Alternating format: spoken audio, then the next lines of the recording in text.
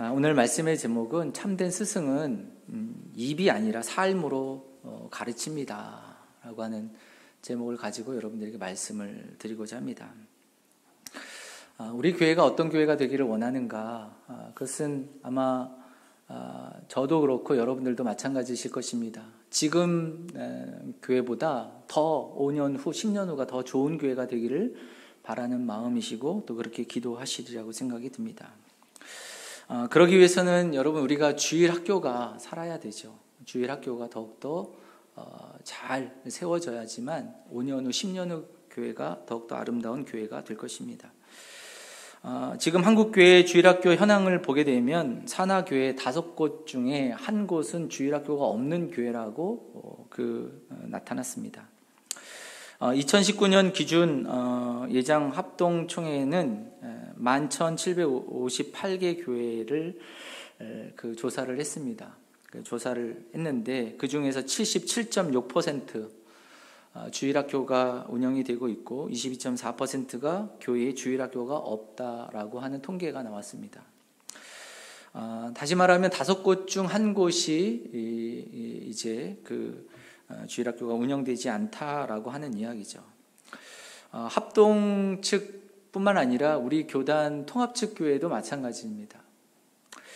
2010년부터 2019년까지 교회학교 통계를, 주일학교 통계를 보게 되면 영아부가 18,000여 명에서 15,000여 명으로 줄었고요. 유아부도 24,000명에서 19,000명으로, 또 유치부도 67,000명에서 45,000여 명으로, 또 유년부, 초등부, 또 소년부 각각 30,000여 명이 줄었습니다.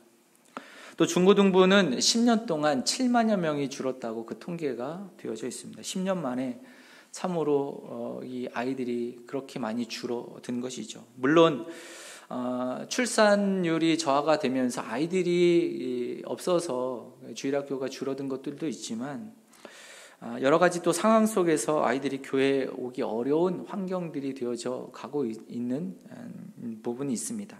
특별히 크리스찬 장년들이 또 줄어들면서 그 안에 함께 있었던 자녀들 역시도 함께 교회에 오지 못하면서 줄어들기도 하고요. 또 아이들이 학업과 진학하는 부분에 있어서 또 학원 또 공부하는 데 열중을 하다 보니까 그 아이들이 교회 학교에 오지를 못하고 있습니다. 교회 안에 장년들은 있는데 교회 학교는 운영되지 않는 그런 그 교회들도 늘어가고 있습니다. 특별히 서울 같은 교회는 중고등부가 현저히 저하되는 것을 봅니다. 아이들 학원의 문제, 이런 것들이 주일 성수하는 것, 또 신앙생활을 하지 못하게 하는 또 하나의 원인 중 하나가 되었습니다. 또 학생들 중에는 경제적인 어려움을 갖고 있는 가정들은 아르바이트를 통해서 그 자신들의 또 학비, 또 원하는 것들을 또 벌어가면서 주일 성수를 하지 못하고 신앙생활을 하지 못하는 아이들이 있는 거죠. 환경의 저하 원인도 있습니다. 여러분, 우리가 항상 아이들 또 우리 청소년들이 우리 미래가 되지 않습니까? 그래서 우리 교회도 마찬가지입니다. 우리 교회가 5년 후, 10년 후 더 좋은 교회, 또 아름다운 교회로 세워져 가기 위해서는 우리 주일학교가 더욱더 견고하게 다음 세대를 또 지원하고 세워가는 일을 힘써야 할 것입니다. 우리나라 역시 개발도상국, 어려운 시절에 우리 부모들은 자녀들을 교육하는 데 힘을 쏟았습니다. 자원이 없는 이 땅, 아이들 인적 자원을 세우기 위해서 부모들은 교육에 힘을 쏟았습니다. 밥은 굶어도 공부는 시키는 나라가 우리나라였고요. 지금도 마찬가지입니다. 부모들은 헌신을 다해서 자녀들을 키우는 데 힘을 다하고 있습니다. 그 열정이 지금의 한국을 만들었다고 해도 과언은 아닐 것입니다. 교육은 100년 대계죠. 미래를 보고 우리가 행하는 것입니다. 그러기에 여러분, 우리가 교회 안에서도 아이들을 향한 지원, 또 아이들을 향한 교육, 이 부분에 우리는 힘을 쏟아야 됩니다. 물론 비용이 많이 듭니다. 우리가 그것을 생각한다 그러면 미래를 보면서 투자하는 거죠. 특별히 우리가 교회 안에서도 우리 주일학교에 대한 많은 지원과 그 투자를 통해서 아이들을 세우고 또 믿음으로 또한 하나님의 일꾼들이 되도록 선한 영향력을 미치는 하나님의 사람들이 되어질 것을 바라보면서 우리가 그 아이들을 또 섬기며 후원하고 지원할 때 하나님께서 이 교회를 더욱더 든든히 아름답게 세워가실 줄로 믿습니다. 저희 교회는 그래도 참 감사하게 참 주일학교가 그 많은 편에 속하게 됩니다. 특별히 그 교회마다 작년 그 수와 대비를 해서 많으면 20% 또는 뭐 10% 이렇게 또 주일학교가 되는 교회들이 있는데요. 저희 교회는 거의 작년 수와 아이들의 수가 같을 정도로 영아 유치부부터 그 청년부까지 숫자를 이렇게 보면 거의 작년의 수하고 거의 비슷할 만큼 이상 현상을 보일 만큼 그렇게 주일학교가 많은 교회이기도 합니다. 그러기에 여러분 우리가 더욱더 우리 주일학교의 미래를 위해서 더욱더 기도해 주시고 격려해 주시고 또한 지원해 주시는 여러분들이 되어 주시기를 부탁을 드리겠습니다.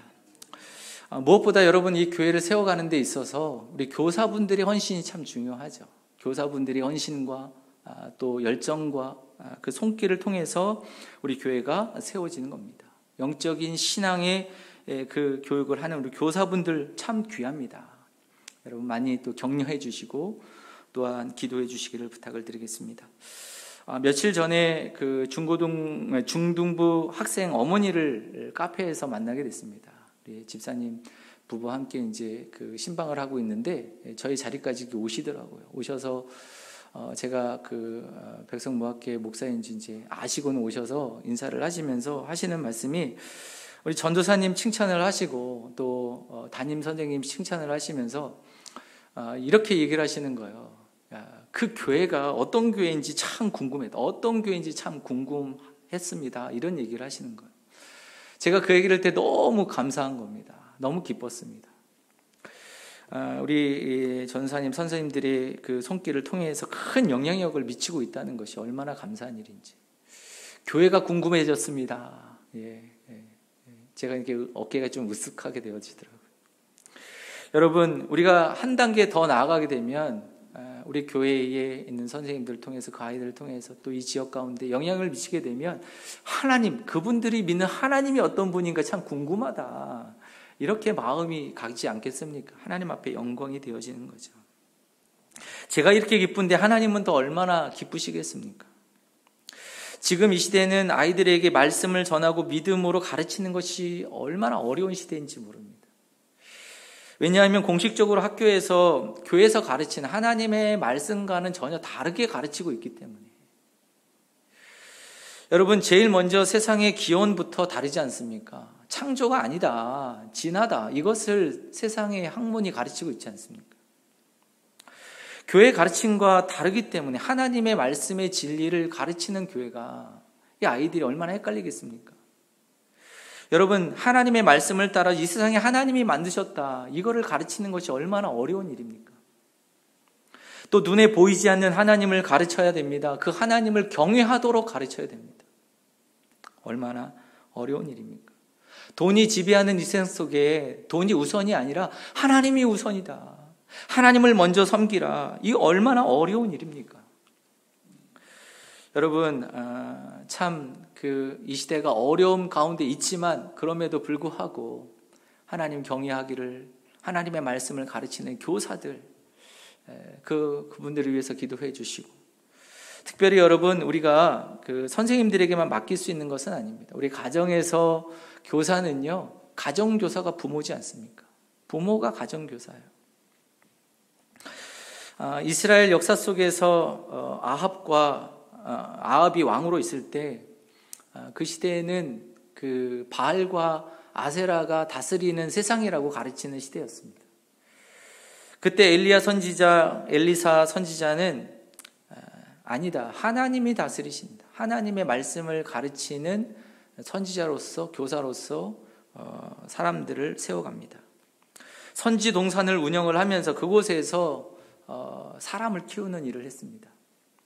재정적으로도 너무 어려웠습니다. 먹을 것이 없는 거예요. 아침 먹고 나서 점심 먹을 게 없는 거죠. 밖에 나가서 풀을 뜯어다가 국을 끓이고 그렇게 근근히 연명해 가면서 그럼에도 불구하고 어려움 속에서도 하나님의 말씀을 가르쳤습니다. 그 어려운 가운데 입으로 가르치는 것이 아니라 삶으로 가르치는 거죠. 어려움 속에서도 하나님을 섬기는 그 모습을 가르치는 것입니다. 먹을 것이 없을 때 하나님 앞에 기도하면서 하나님께서 주시는 것들 하루하루 먹이시는 하나님을 가르칩니다. 병들고 아플 때 또 어려움이 닥쳤을 때 하나님의 치유하심을 도움을 구하면서 하나님의 치유하심을 경험하게 했습니다. 이것이 엘리사와 엘리야가 가르쳤던 선지 동산의 그 삶이었습니다. 여러분, 세상에 많은 선생님들이 있습니다. 지식과 또 기술 가르치고 또 내가 배워야 할 여러 가지 그 분야의 노하우를 가르치는 선생님들이 많죠. 하지만 여러분의 인생의 모든 삶에 가장 중요한 것, 삶을 이끄는 참 스승은 많지 않습니다. 특별히 영생을 가르치고 하늘의 비밀을 가르치는 스승은 많지 않습니다. 사랑하는 성도 여러분, 저와 여러분들이 이 세상 가운데 또 우리 주일학교를 섬기는 우리 교사들, 또 저와 여러분들이 참으로 주님의 말씀을 가르치는 아름다운 믿음의 지도자들, 믿음의 교사들로 서는 저와 여러분들이 되시기를 축복합니다. 바울은 고린도전서 4장 15절 말씀에 보면 그리스도 안에서 1만 스승이 있으되 아비는 많지 아니하니 그리스도 예수 안에서 내가 복음으로서 너희를 낳았다라고 말씀을 하고 있습니다. 바울이요, 교회를 개척을 하고 전도자로서 교사로서 하나님의 말씀을 가르쳤습니다. 근데 내가 스승으로서가 아니라, 내가 선생으로서가 아니라 아비로서 너희들을 가르쳤다고 말씀을 하고 있습니다. 우리가 크게 우리가 구분하기는 쉽지 않지만 선생, 그 스승 이라고 얘기할 때 선생은 단순히 지식 전달자, 가르치는 자로서 구분을 하고 있습니다. 그렇지만 참된 스승은요, 아비의 마음을 품는 사람, 그리고 아비의 마음으로 가르치는 사람을 우리는 참된 스승이라고 지금 바울은 구분하고 있는 거죠. 요즘 사무엘상 말씀을 보면서 하나님의 그 아버지 마음을 조금은 더 알게 됩니다.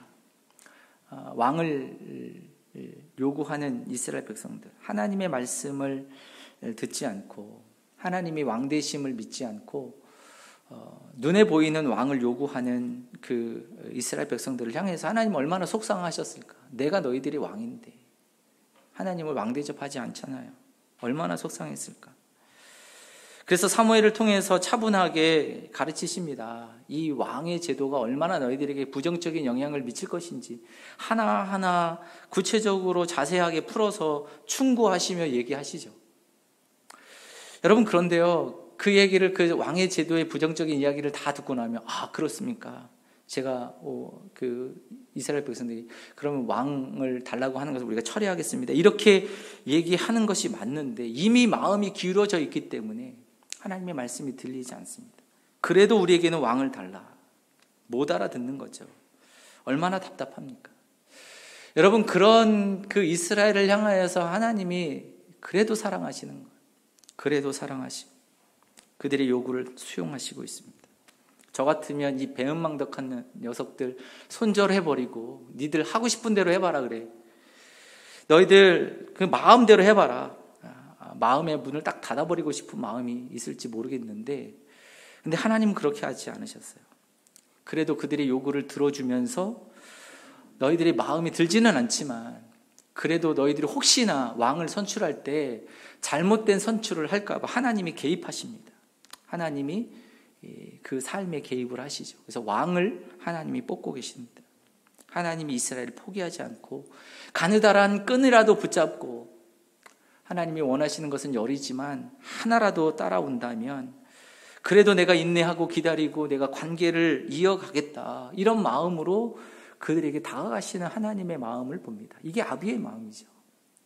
여러분, 부모는요, 자식이 아무리 부모를 거역하고 그 잘못된 길을 걸어가도, 야, 너 이 일하면 내가 호적에서 파버린다 라고 얘기를 해도 진짜로 호적을 파버리는 부모는 없더라고요. 그래도 내 자식인데. 그게 아버지의 마음이 아닙니까? 여러분, 선생님은 잘 따라오는 애들은 잘 내가 사랑해주고 잘 따라오지 않는 애들은 포기할 수 있습니다. 그러나 아버지는 아닙니다.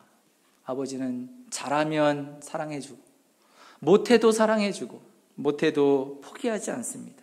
못하면 잘할 수 있도록 격려해주고 부족하면 채워주고 넘어지면 일으켜주고 보조를 맞춰주는 거죠. 기다려주는 것이 아버지입니다. 여러분, 바울은요, 내가 선생이 아니라 아비로서 너희들을 가르쳤다고 이렇게 말씀을 하고 있습니다. 여러분, 바울이 누구에게서 배웠겠습니까? 바울이 누구로부터 배운 것입니까? 그것은 예수님으로부터 배운 것이 아니겠습니까? 예수님이 핍박자, 박해자 그 바울을 품어주셨습니다. 그를 사랑해 주셨고요. 그를 내친 것이 아니라 그를 찾아오셔서 이방의 사도로 내가 너를 사용하기를 원한다. 주님의 이 마음에 녹아지고 그리고 꼬꾸라지고 주님의 사역자로 서게 되는 것이 바울이지 않습니까? 사랑하는 성도 여러분, 예수님께서는 우리의 삶에 깊이 있게 관여하시기를 원하십니다. 그래서 예수님께서 제자들을 부르실 때도 제자를 부르시고 이렇게 말씀하십니다. 이는 자기와 함께 있게 하시고 또 보내사 전도도 하며. 제자를 부르실 때 제일 먼저 하셨던 것이 뭐냐면 함께 하는 것이었어요. 내가 너와 함께 하겠다.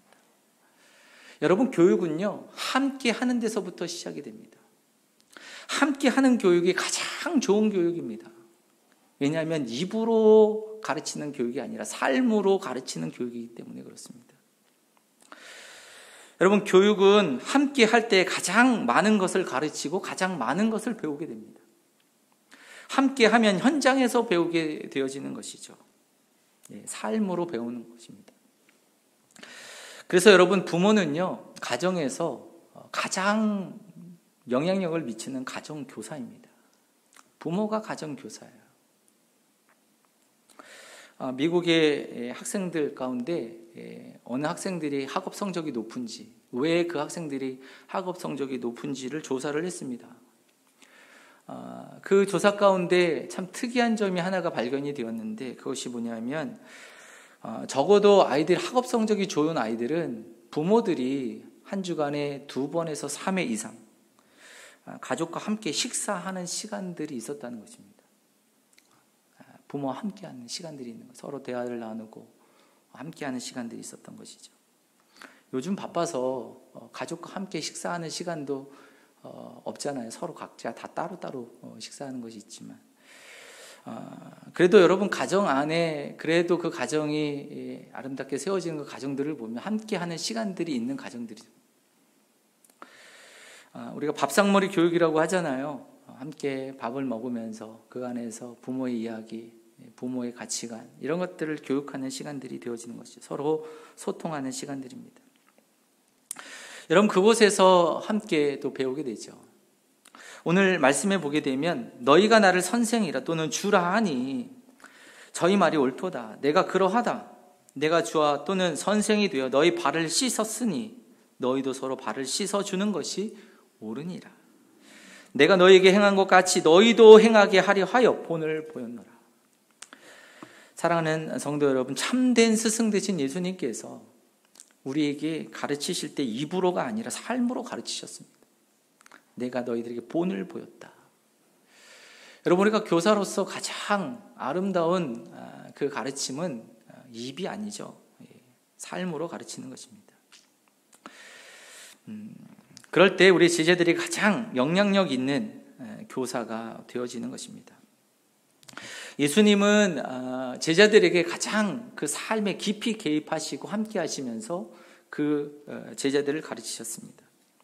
특별히 예수님이 제자들에게 말씀하실 때 그를 부르시면서 나를 따라오라. 내가 너를 그 사람을 낚는 어부가 되게 하리라. 아예 따라오라고 하십니다. 그래서 그와 함께 하시면서 책망도 하시고요. 잘못된 것은 책망하시고, 또 오병이어 기적과 같은 그 기적을 베푸실 때는 현장에서 경험하게 하시고 자기 손으로 동참하게 하시고, 또 둘씩 짝을 지어서 전도 체험도 하게 하시고 하나님의 역사를 직접 경험하게 합니다. 또 함께 하면서 상황마다 제자들에게 말씀을 주셨습니다. 그들의 생각도 물어보십니다. 대화를 나누십니다.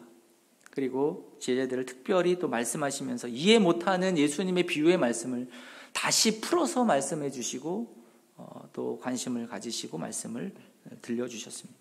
무엇보다 오늘 말씀해 주셨던 것처럼 몸으로 그들을 가르치셨습니다. 여러분, 이것은요, 그들을 지도자로 교육하시는 거예요. 그들을 교사로 교육하시는 겁니다. 하나님의 말씀을 가르치는 하나님의 지도자로 가르치시는 것이죠. 너희는 나를 본받는 자가 되어라. 예수님은 언제나 말씀하시면서 나는 마음이 온유하고 겸손하니 내게로 와서 나를 배우라. 주님 말씀하십니다. 나를 본받으라고 말씀을 하시고 있죠. 여러분, 우리가 이미 예수님 안에서, 예수님을 통해서 우리는 교사 교육을 받았습니다. 가정의 교사로, 또 우리가 주일학교 교사로 교육을 받은 사람들이에요. 입으로가 아니라 몸으로 삶을 가르치도록 주님께서 우리를 가르치셨습니다. 그렇다면 여러분, 예수님께서 우리를 가르치신 교사 교육의 첫 번째는 무엇일까? 무엇을 우리에게 가르치셨습니까? 첫 번째는 오늘 예수님께서 말씀하셨던 것처럼 내가 너희들이 발을 씻겼다. 내가 선생으로 주로 가장 낮은 자리에서 겸손을 오늘 가르치시고 계시죠. 낮아짐을 가르치십니다. 지식은요, 어디에서나 우리가 스스로도 알 수 있습니다. 배울 수 있습니다. 근데 겸손함을 가르치는 건 정말 어려운 거죠. 겸손을 가르치는, 상대방의 자리까지 낮아지는 것, 눈높이를 맞추는 것. 우리 영아 유치부 아이들을 가르치는 선생님들 보니까요, 아이들한테 뭐 가르치려면 무릎을 꿇으시더라고요. 아이들하고 눈높이를 맞추려고. 그리고 항상 또 가르치실 때 무릎을 꿇고 이렇게 아이들 눈높이에 맞춰서 말씀도 전하시고 하시더라고요. 여러분, 비행기 타보셨죠? 비행기 타보시면 이코노믹석을 주로 이제 타지만 비즈니스석을 한번 탈 기회가 있어서 탔었는데요. 비즈니스석을 타니까 좋은 게 하나 있더라고요. 우리 스튜디오스가 와가지고 무릎을 꿇고 눈을 맞추고 그리고 이제 대화를 하고 서비스를 이렇게 하더라고요. 아마 이제 공간이 조금 넓으니까 그런 그 자리가 되어지죠. 우리가 눈을 맞추면서 그 대화를 나누는 겁니다. 하나님께서도 예수님을 이 땅에 보내셔서 사람이 되게 하신 것은 우리의 언어로 또 우리에게 하나님의 말씀을 전해주시기 위해서 낮아지신 것입니다. 또 예수님은 죽기까지 낮아지셨다고 말씀하십니다. 주님은 몸소 자기 겸손하시면서 우리를 가르치시죠. 겸손해라. 16세기 종교개혁을 일으켰던 마틴 루터와 찌빙길리가 처음에는 서로가 마음이 맞았습니다. 그래서 종교개혁을 하는데 서로 간에 서로 협력하고 했습니다. 근데 시간이 지날수록 세밀한 부분에서 서로가 차이가 나는 거예요. 특별히 성만찬의 그 교리에 대해서는 첨예한 대립을 이루면서 한번 대립이 되어지고 나니까 서로 간에 불편해지는 거죠. 언성이 높아지고 얼굴이 붉혀지고 서로 간에 그 마음이 서로 맞지 않으면서 그 언쟁이 되어집니다. 근데 어느 날 두 사람이 함께 스위스에 있는 산을 오르게 되었는데 그때 마침 그 한 다리를 건너는 그 염소를 보게 됩니다. 이쪽에서 저쪽에서 함께 오는 그 염소를 보는데 중간에서 맞닥뜨렸습니다. 오도 가도 못하는 상황, 서로 염소가 서로 한판 붙겠구나 생각했는데 한쪽에 있는 염소가 무릎을 꿇는 거죠. 그 다리 위에서 오도 가도 못하는 상황 가운데 납작 엎드리는 것입니다. 반대쪽에 있는 염소가 그 염소를 밟고 지나가고 그리고 납작 엎드렸던 그 염소가 다시 일어나서 자기의 갈 길을 가는 것입니다. 이 염소를 바라보면서 이 두 사람은 깨닫게 됩니다. 그래서 서로가 서로 화해를 하고 그리고 함께 그 일을 하는 화해 악수를 하게 되어지는 거죠. 염소를 보고 깨달은 것입니다. 걸레는 보석입니다라고 하는 글이 있습니다. 그 글을 보면 이런 글입니다. 누구나 상석에 앉고자 합니다. 그 결과 세상이 지저분해졌습니다. 걸레는 언제나 맨 말석에 있습니다. 그 결과 세상이 깨끗해졌습니다. 사람은 걸레보다 위에 있습니다. 걸레는 사람보다 아래에 있습니다. 그래서 걸레는 겸손의 상징입니다. 언제나 낮은 자리에 있기 때문입니다. 심지어 더러운 발밑에 있음에도 행복해합니다. 걸레는 어떤 경우에도 높은 자리를 탐하지 않았습니다. 그럼 세상이 걸레에게 말해줍니다. 당신이 이 세상의 보물이라고. 그 이유는 다른 것들을 보석이라 여기고 높이며 광나게 닦았기 때문입니다. 우리 교사들 참 겸손함으로, 교사는 늘 상석이 아니라 말석에 있는 분들이죠. 그래서 이 세상의 보물, 우리 아이들을 가장 빛나게 닦는, 걸레처럼 참으로 빛나게 닦는, 광나게 하는 분들이 바로 교사들일 것입니다. 두 번째는, 우리가 예수님께서 가르쳐 주신 교사 교육의 두 번째는 사랑을 가르치시고 계십니다. 내가 너희를 사랑한 것 같이 너희들이 서로 사랑하라, 주님께서 말씀을 하시고 계시죠. 여러분, 예수님의 사랑은 차별이 없는 사랑이었습니다. 병든 자나 또는 그 세리나 또는 죄인이나 누구도 받아들이는, 누구나 다 수용하시고 받아주시는 차별이 없는 사랑입니다. 여러분, 세상은요 이런저런 차이를 차별합니다. 장애인과 비장애인, 또는 정규직과 비정규직, 또 인종도 차별을 하는 이 시대, 이 세상 가운데에서 정말로 주님께서 우리에게 원하시는 것은 차별이 없이 서로 사랑하는 것을 원하시고 계시죠. 우리 아이들, 또 우리가 그 가정에서 아이들을 가르칠 때에도 우리 첫째하고 둘째 아이들을 보이지 않게 차별하는 그런 마음 때문에 아이들의 마음에 상처가 되지 않습니까? 엄마는 오빠만 좋아해, 이러면서 마음에 상처가 되고 반항하러 가는 경우들도 있습니다. 서로 우리가 부모로서 정말 그 아이를 한결같이 사랑한다는 것, 그것이 참 쉽지 않습니다. 예수님은 우리에게 차별 없이 사랑하라고 우리에게 말씀하시고 계시죠. 여러분, 그럴 때 이 세상 가운데 차별받고 마음에 상처와 분노가 있는 사람들이 치유받습니다. 또 아픔과 상처가 있는 자들이 치유를 받고요, 분노와 미움에 있는 자들이 치유가 되어지는 거죠. 바울은 사랑학을 이야기하면서, 강의를 하면서 그 고린도전서 13장의 말씀을 하면서 사랑에 대한 이야기를 하지 않습니까? 그 사랑 가운데 가장 중요하게 이야기하는 사랑이 오래 참음의 사랑을 이야기합니다. 사랑은 오래 참고 또 모든 것을 참으며 모든 것을 견디느니라. 사랑 가운데 가장 중요한 사랑은 오래 참는 것이라고 이야기합니다. 여러분, 교사로서 또 아이들을 가르칠 때 제일 힘든 것은 참는 겁니다. 이 아이들이 참으로 미숙하지만 참아주는 거죠. 또 기다려주는 것, 참고 인내하고 기다리는 것, 이것이 중요합니다. 완전한 성인, 완전한 그리스도인이 되기까지, 자라기까지 수도 없이 참아야 됩니다. 하나님은 인류가 시작된 이후부터 죄인들을 믿음의 사람, 하나님의 사람으로 인도하시기 위해서 오랜 시간 동안 참으셨습니다. 여러분, 오래 참음이라고 하는 것은 감정적 욕구나 분노를 잘 견뎌내는 것을 말하지만, 성경이 말하는 오래 참음은 막연한 기다림이 아닙니다. 소망을 가지고 기다리는 것, 그것이 오래 참음입니다. 하나님이 새 사람이 되도록 하실 것을 소망하면서 기다리는 것, 이것이 정말 그 오래 참음, 그 사랑이죠. 사랑하는 성도 여러분, 하나님께서 우리들의 자녀들, 또한 우리들이 가르치는 아이들, 하나님이 변화시키실 그날을 우리가 신뢰하면서 그들을 또 사랑하고 기다리시는 믿음의 성도들, 믿음의 교사들이 되시기를 간절히 축복합니다. 우리가 주일학교 교사로서, 또는 부모로서, 가정교사로서 참되신 스승 되시는 예수님을 본받아 아름답게 가르침으로 지금의 교회보다 5년 후, 10년 후가 더욱더 아름다운 교회로 세워가는 믿음의 교회, 저와 여러분들이 되시기를 간절히 바랍니다. 함께 한번 기도하겠습니다. 하나님, 우리에게 지도자의 모범을 보이시고 교사의 모범을 우리에게 보여주셨습니다.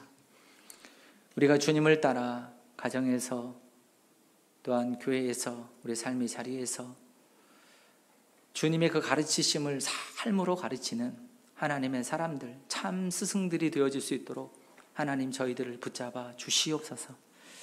하나님, 우리가 믿음으로 행하며 나아갈 때 하나님께서 우리 아이들 믿음으로 세워주시고 이 땅 가운데 아름다운 믿음의 영향력을 미치는 하나님의 사람들이 되어줄 수 있도록 주님 복 내려 주시옵소서. 감사드리며 예수님의 이름으로 기도드립니다. 아멘.